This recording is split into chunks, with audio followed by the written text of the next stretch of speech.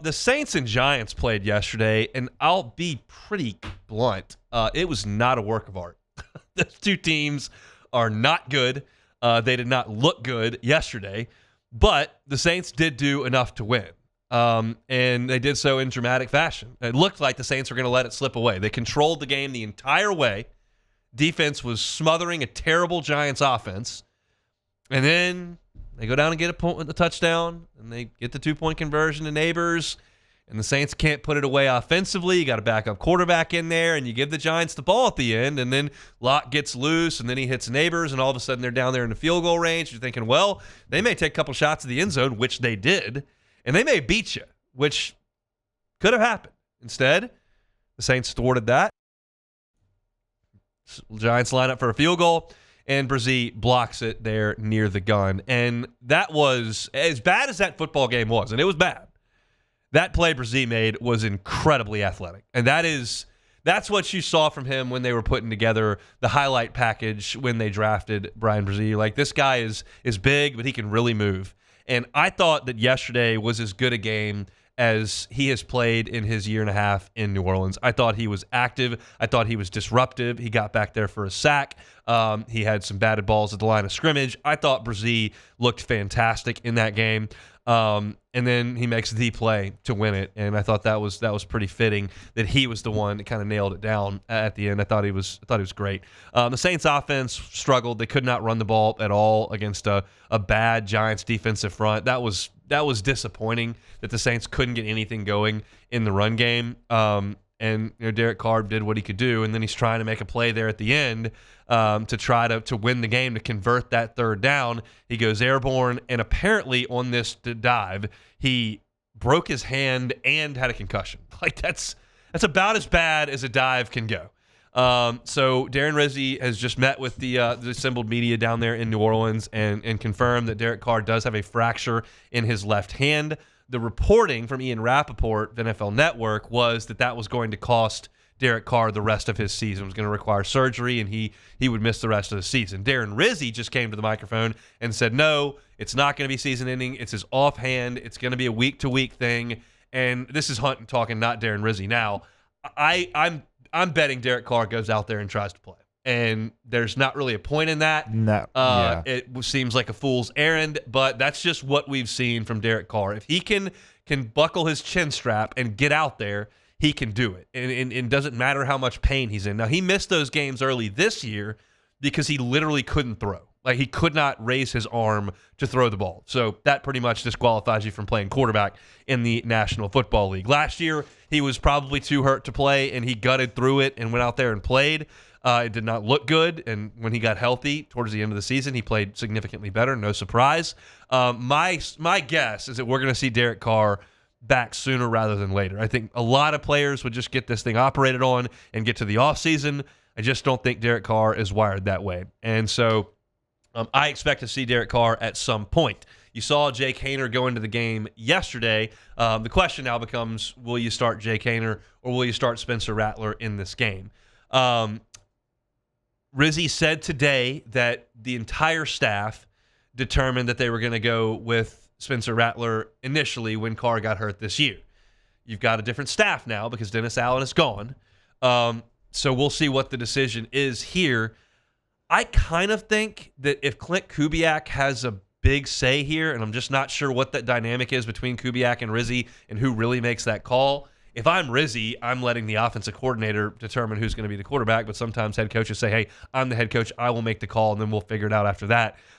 It feels like since Kubiak was here when the Saints drafted Spencer Rattler, that would be the guy that you would go to, but we haven't confirmed that. It was not a great go for Rattler his first time around. The Saints offensive line was massively compromised at that point. Now the wide receiver group is massively compromised, so it's not a perfect situation, but it's a little bit better. I think if you ask a quarterback, hey, I'm going to decimate one of your units, you want me to decimate the offensive line, you want me to decimate the wide receiver group, I think they would say, go ahead and decimate the wide receiver group. I need my protection up front. I need to run the ball. So he'll get that opportunity, hopefully, if it's his turn, but it's just not a lot in that first audition that gives me a ton of confidence that we're going to see some sort of spark from Spencer Rattler. Yeah, a couple of things. First of all, on Derek Carr, it's very admirable and respectable that Derek tries to play through injuries, but he needs to just sit out the rest of the season. There's no need for him. I mean, technically speaking, the Saints are still alive, baby. Because alive. the Falcons the Bucs have won 3 in a row, but they've played against terrible teams. But the Falcons keep throwing up on themselves. They're awful. They're really bad.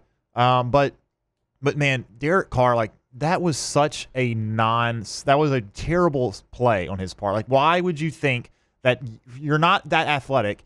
You pull on a zone read and try to get around the edge and dive in the air like Superman and get hit hit midair and fall on your hand. That was just a very unsmart play by him. It looked like a fairly benign dive. And then all of a sudden you find out not only did he break his hand, he's in concussion protocol. He went airborne, Hunt. Derek Carr going airborne is not good for the Saints.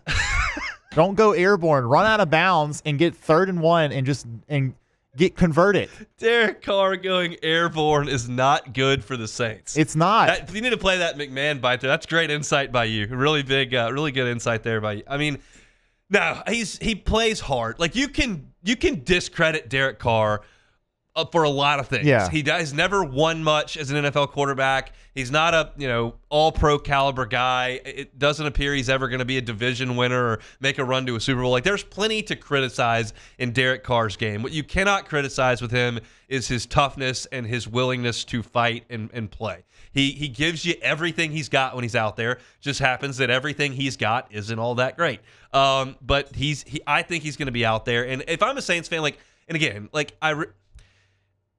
this is not a fun conversation to have. I preface it this way every single time, but we're going to have to be frank and have the discussion.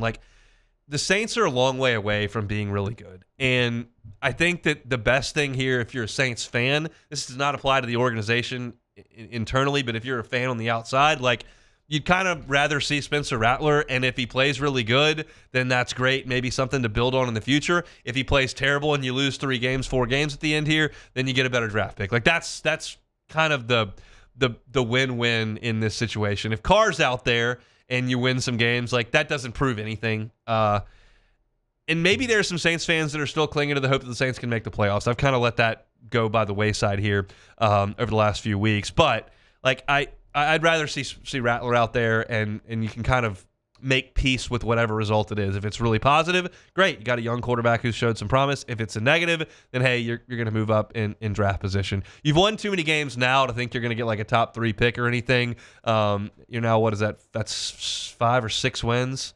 They're 5 and 8. 5 wins. So you've won too many games now to really angle for a high pick. But anything's better.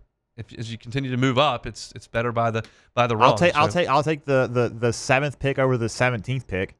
No doubt. I mean, that's kind of where I've been, but I understand the Saints fans that want to say, "Hey, we're still clinging to hope," and the Falcons suck. Okay, let's just really quickly just dive through the NFC South real quick. Tampa Bay are 7 and 6. They've won 3 in a row. They got the Chargers. They got to go to LA. That doesn't mean anything. It's basically going to be a home game for them. Who cares?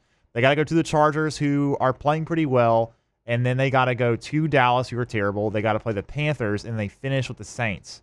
So theoretically, let's say, I mean, playing the Cowboys and the Panthers. I mean, if you're a Saints fan and you can work that into 2 losses, God bless you. Yeah. So let's just say they lose to the Chargers. They're still going to be at 9 and 7 going into that Saints game.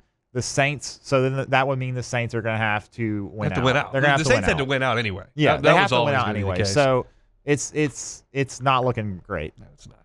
And look, Sunday was not exactly super encouraging. No, it was terrible. The Giants are awful. That was the worst game. I think that might be the worst game. The worst game the Saints have played this. Even the losses, the Chargers loss was not great. Broncos loss wasn't great, but that was a horrible performance against a really bad team. It was just so boring. It was just a punt fest. It was a 3-and-out fest for the entire first half. You couldn't run the ball against a terrible Giants had nowhere defense. to go. But look, they stopped the run. The Giants really only offense in the run game came when Locke ran for 25 yards at the end of the game. They didn't do anything either. Yeah. But they hung in it. They were in the game. They had a chance to kick the field goal to tie. So it's not like you're on some sort of ascent here. If you're New Orleans, you scraped by against one of the worst teams in the league, against a team that's certainly going to fire its head coach and may make some more changes with that roster up there in New York. So not super encouraging, but we'll see what the future holds with the Saints at quarterback as Derek Carr has broken his non-throwing hand. If you're looking for Saints content, you can always find it on YouTube, Hunt on Saints. You can also find all of our Saints content in podcast form wherever you find your content. Podcast, go to Hunt on Saints. Search it, like, subscribe, rate, and review. We always certainly appreciate all of that. Hey, it's Hunt. Thanks for watching Hunt on Saints. Before you leave, help us out a little bit. Hit that like button, leave your comments in the section below, and hit that subscribe button so you get all our content right here from Hunt on Saints. We'll see you next time.